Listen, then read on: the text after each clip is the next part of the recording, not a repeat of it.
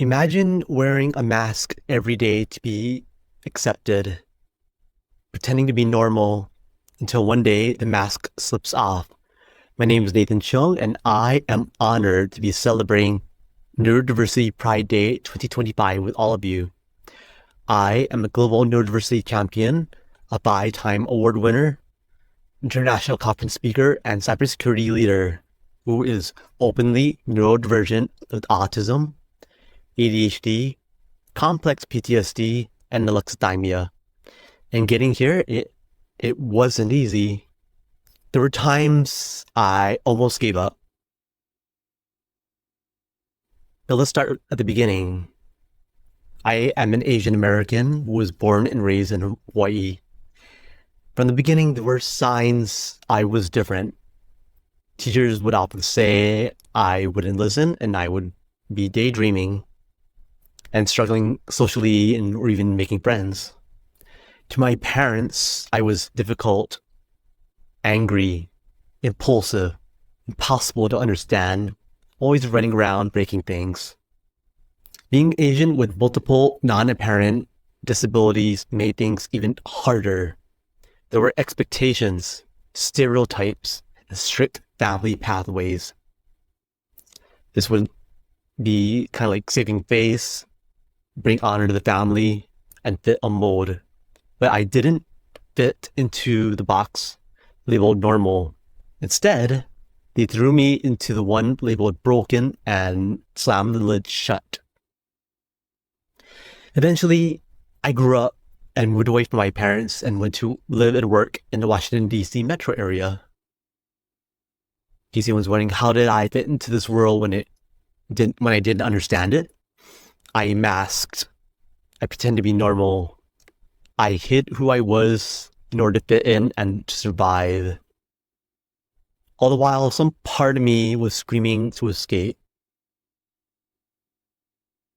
I am a Trekkie, and one quote from Star Trek: The Next Generation hit me really hard when Worf said, "The true test of a warrior is not without, it is within." I was fighting myself and it was exhausting. Then the mask started to fall off in 2016 after I moved to the San Francisco Bay Area. At work, I was often bullied by my boss and people complained I wasn't paying attention, so I faced disciplinary action one day. This led to my first mental breakdown. It wasn't just a bad day, it was a full-blown mental breakdown where I was shaking. I lost total control of my mind. I crashed.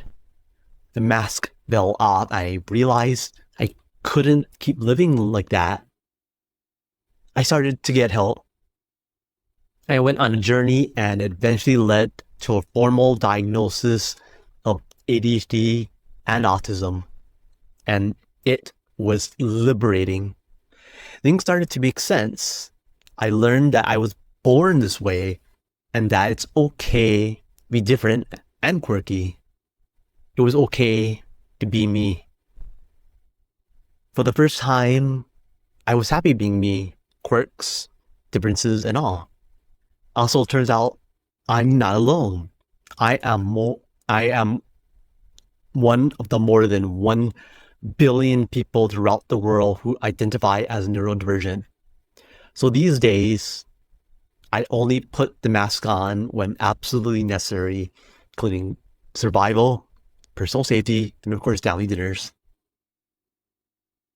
So what did I do after my diagnosis? I had to discover who I was all over again. It was a voyage of self-discovery. It was like I'd been living in a dark cave for most of my life. Suddenly, I stepped out and the sunlight was blinding, overwhelming, but it meant I was finally free.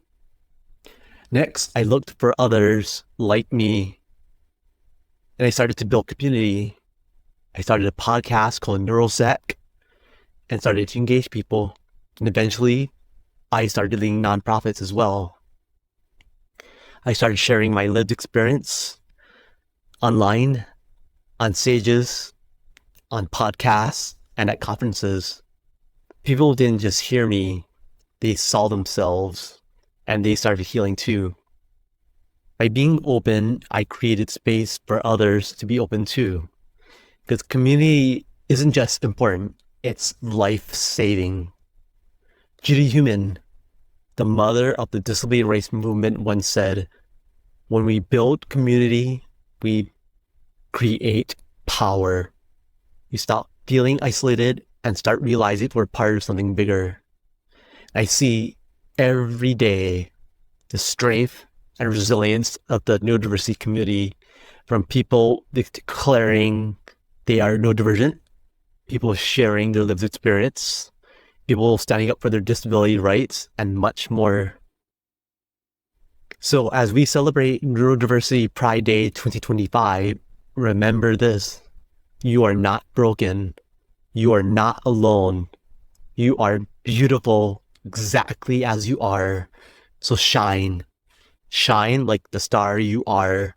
And if you ever need the mask, let it be your choice, not your cage.